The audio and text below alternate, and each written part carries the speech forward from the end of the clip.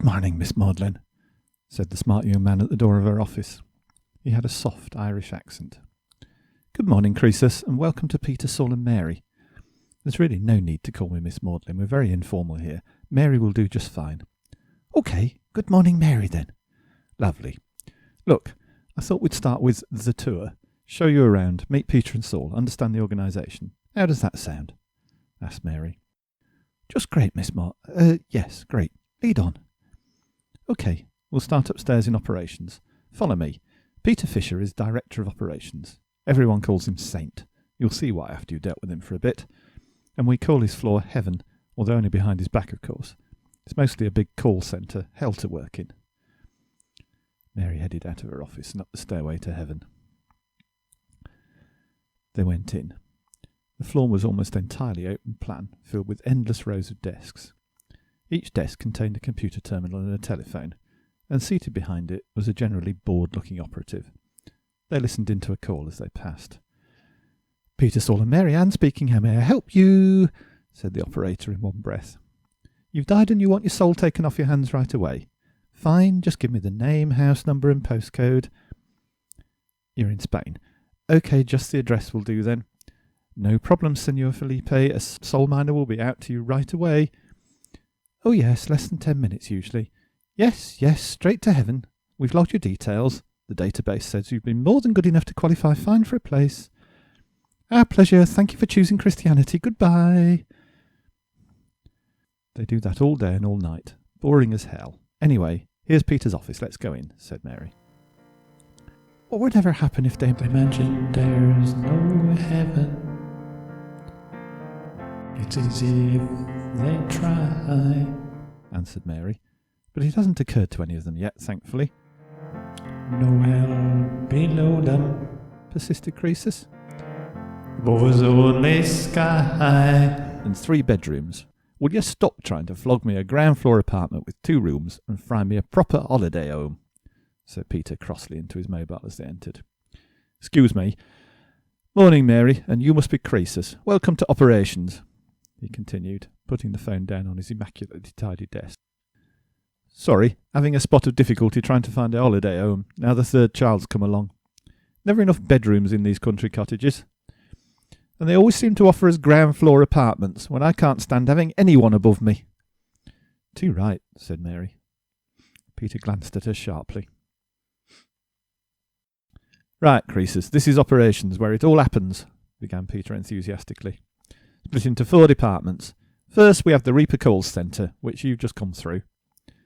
Guy dies, his or her body puts a call through to get rid of the soul before the body can participate in any kind of death rites. Reaper Calls Centre operator gets the details, and the job is automatically passed down to the next department. Come with me."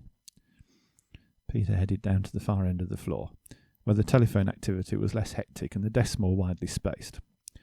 "Not much to see here, just a few managers. Most of the staff are out on the job. Anyway, this is soul mining, the heart of operations. Soul miner goes out, traps the soul, and brings it back to logistics. Finally, he calls into the Reaper Call Centre again to confirm the collection. Hi guys, say hello to Croesus, our new financial controller," boomed Peter to the small group of staff.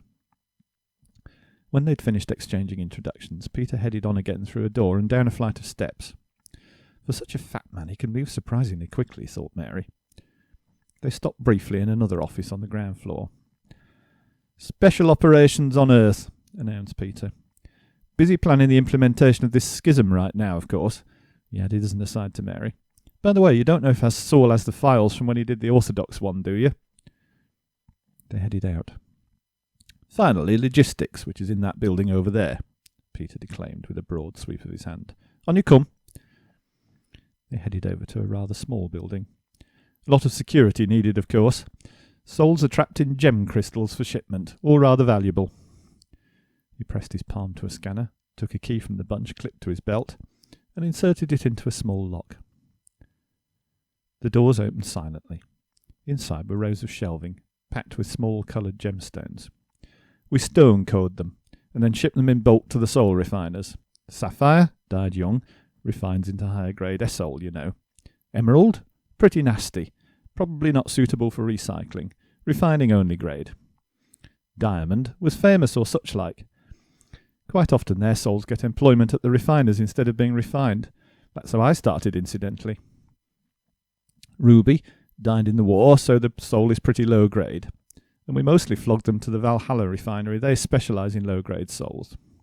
Garnet, standard class, and so on. Peter boomed on, apparently without needing to draw breath. And there you have it.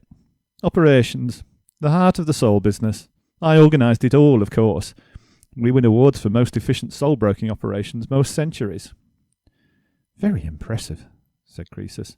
It's all much more advanced than we had at Olympus. Thanks, Peter. It all looks great as usual, said Mary. We'll go see Saul's team now. Good luck with the holiday home. This way, Croesus, back to the main building. Let's take the road to Damascus, she continued, leading the way back. Saul is marketing director, as you know, said Mary, as they headed on for the first floor. He does. Well, perhaps he should tell you himself. They went in and over to an office decorated with frescoes. Hi, Saul, meet Croesus. Croesus, how delightful to have you, darling, exclaimed Saul, considering Croesus from head to toe. His gaze lingered a fraction too long, before he continued, and welcome to marketing. Saul's cravat today was lilac to match his spats. They clashed rather badly with the fresco on the back wall. Tell him what you do, Saul, prompted Mary.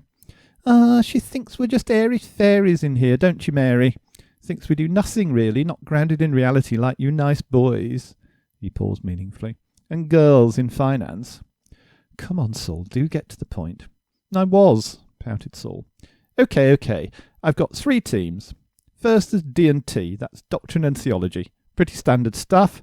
I guess you had the same kind of thing at Olympus.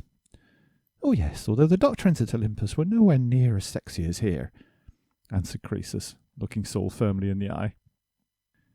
Really? Oh, come, you flatter us.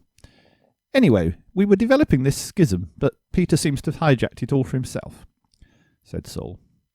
Then there's research. We try to find new concepts the punters will like. We're working on one now to stop them moaning when Peter can't process them fast enough. You might have heard we've got a capacity problem at the moment. I'm having to send my lads and lasses over to Peter's to learn about his problems. Sounds like purgatory, said Mary. Yes, that's what we thought, said Saul. Anyway, lastly there's technology. We study the possible technologies to introduce to the punters which might help us win market share. We're looking at 2 at the moment. What are they? Asked Croesus. Not sure if I should tell you, darling, said Saul, but since you seem to be such a nice chap, I'll risk it. We're considering printing and ocean-going sailing. Printing might help us spread the word. The trouble is, it might help everyone else spread their words too. OGS is so we can get the punters out winning converts in new lands amongst the heathens. It's a bit double-edged as well, though.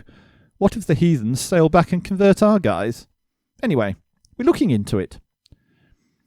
Peter loomed suddenly in the doorway.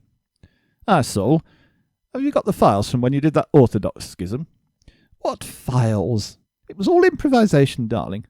90% inspiration and a mere 10% perspiration. Pure marketing. And we didn't write any of it down, since you ask. How can we run a professional business like this? I really don't think it's acceptable. Mary, can we have this on the agenda at the next board meeting? Huffed Peter.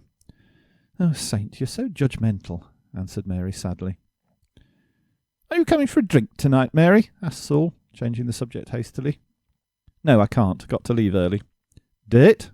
Inquired Peter. Yes, answered Mary tersely. I think this guy could be the one. Oh, come on, said Saul.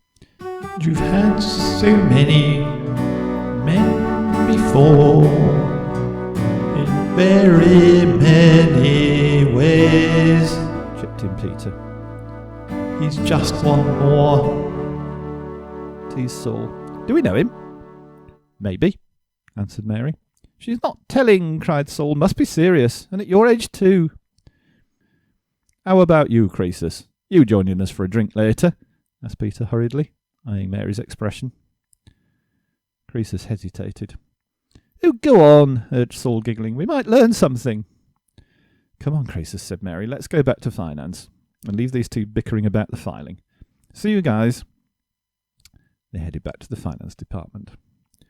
This is Midas. He's head of treasury. Be careful how you shake his hand. Croesus extended his hand gingerly, but nothing too dramatic seemed to happen as Midas took it. Must be losing your touch, Midas, observed Mary. Anyway, this is the credit department. Credit? Asked Croesus. Yes. Somebody wants to mortgage his soul. Credit arranges it for him. Peter keeps wanting to move it into operations. We've had endless battles over it. Here's Aesop, who manages it. He can spot somebody who really wants to sell his soul from a spinner of fake fables at 50 paces. Real talent for undertaking underwriting, our Aesop here. And here's your team, Croesus, finished Mary. I'll leave them to you for now and catch you again later. Good luck.